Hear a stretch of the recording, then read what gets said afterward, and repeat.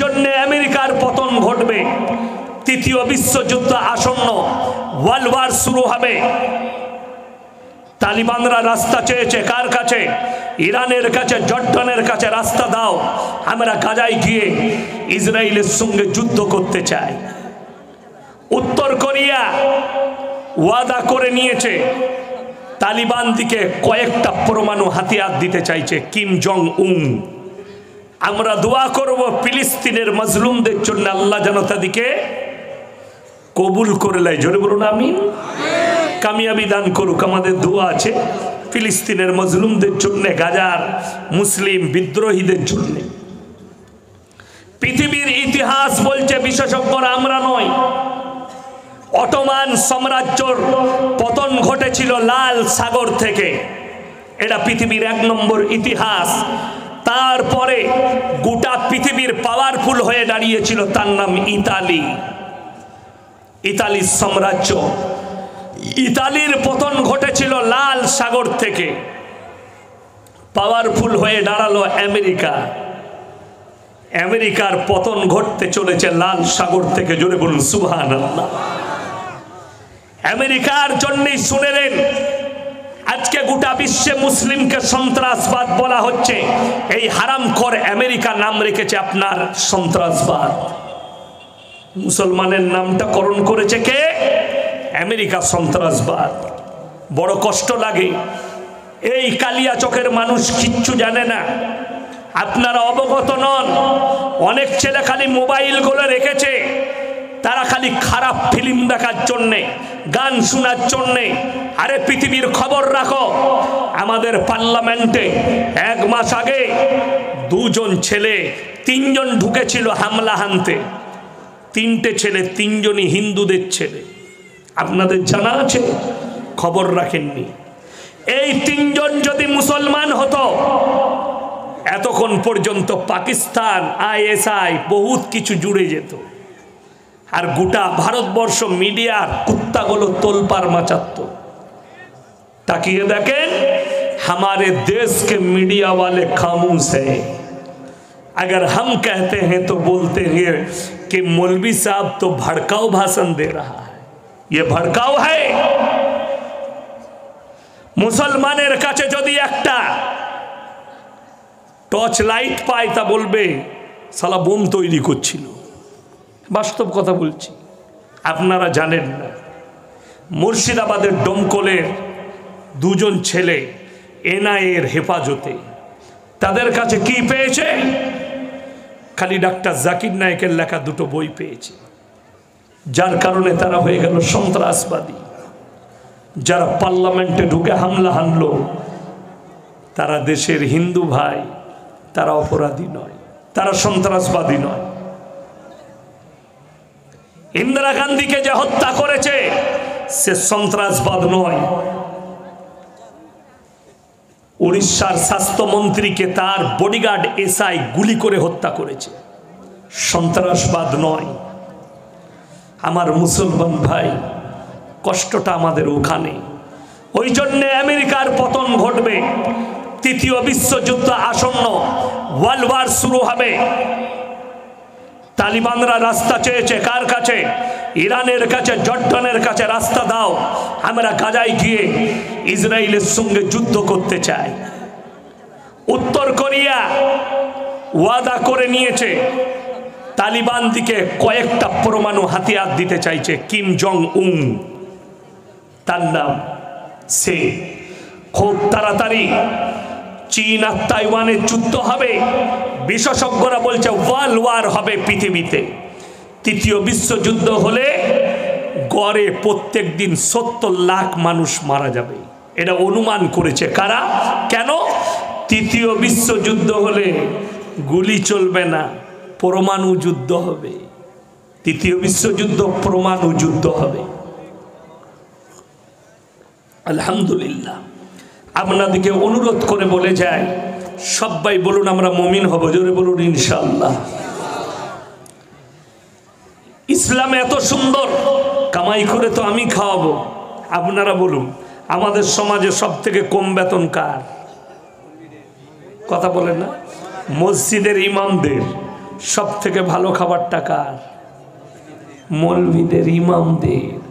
এখানে তোমরা বিশ্বাস করো না? মৌলভীর বেতন 5,000,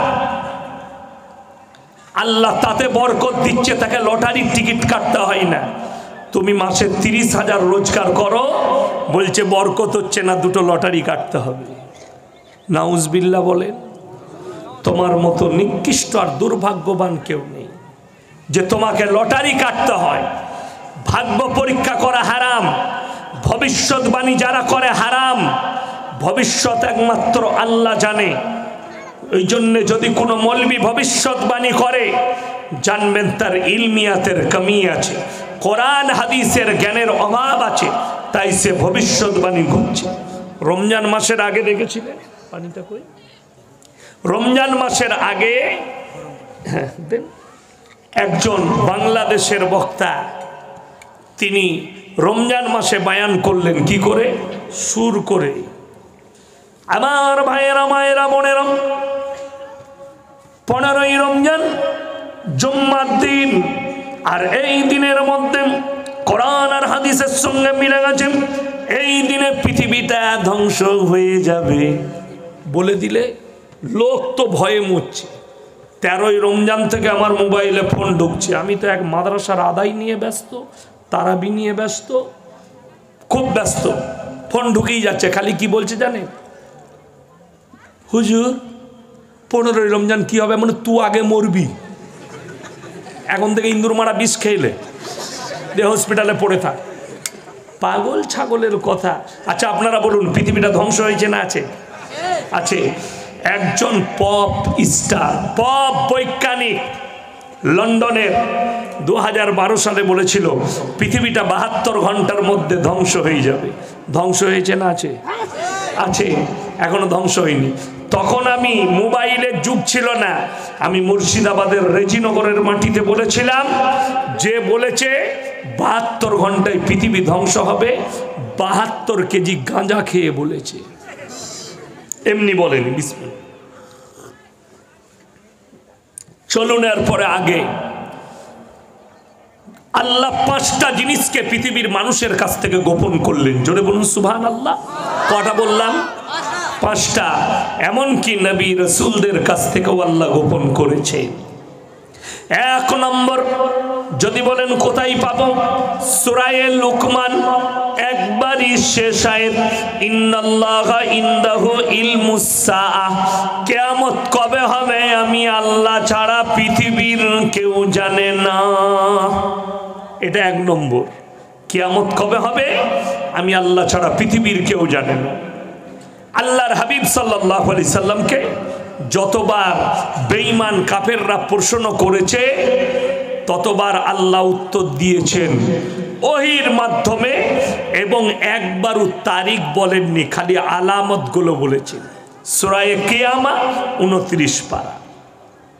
বেঈমান কাফেররা বললেন নবীকে, ইয়াসালু আইয়ানা ইয়াউমুল কিয়ামা, হে নবী কিয়ামত সম্পর্কে মানুষকে যে আপনি ভীত কঙ্কিত করছেন, আপনি উত্তর দেন কবে হবে, কোন দিনে হবে কিয়ামতটা। আলহামদুলিল্লাহ, আল্লাহর হাবিব সাল্লাল্লাহু আলাইহি সাল্লাম সঙ্গে সঙ্গে আল্লাহর তরফ থেকে ওহী এলো নবীজির কাছে। জোরে বলুন সুবহানাল্লাহ। কি ওহী এলো? হে আমার নবী উত্তর দাও, ফাইদা বারিকাল বাসার ওয়া খাসাফাল কামার ওয়া জুমিয়াশ শামসু ওয়াল কামার ইয়াকুলুল ইনসানু ইয়াওমাইদিন আইনাল মাফার কাল্লা লা ওয়াজারা ইলা রাব্বিকা ইয়াওমাইদিনিল মুস্তাকার। হে নবী বলে দাও, ফাইদা বারিকাল বাসার, সেদিনে তোমাদের চোখগুলো স্থির হবে। স্থির শব্দের অর্থ শুনেলে কোনো আশ্চর্য জিনিসকে দেখলে মানুষের চোখ দাঁড়িয়ে যায়। সকালবেলায় যদি কালিয়াচকে মাছের মার্কেটে যান আর যদি দেখতে পান একদম 20 কেজি ওজনের কাতলা মাছ, আপনার চোখটা কি হবে? উরে, চোখটা বেরোবে না? বেরোবে না? এটাই এই শব্দ আল্লাহ ব্যবহার করেছে, ফাইদা বারিকাল বাসার, মানুষের চোখগুলো স্থির হয়ে যাবে সেদিনে। কখন? ওয়া খাসাফাল কামার, যেদিনে চন্দ্র আলোহীন হয়ে যাবে। ওয়া জুমিয়াশ শামসু ওয়াল কামার, চাঁদ আর সূর্যকে যেদিনে একটা রাস্তায় টক্কর খাওয়াবো। আপনারা শুনেছেন চাঁদের জায়গা বিক্রি হচ্ছে? শুনেছেন? আচ্ছা, কে কে কিনলেন? হ্যাঁ হ্যাঁ, আপনারা কিনতে পারবেন না, কিনে লাভও নাই। চাঁদের জায়গা বিক্রি কেন হচ্ছে জানেন?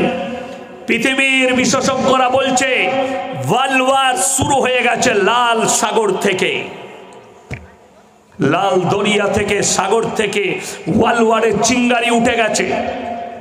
শুনেলেন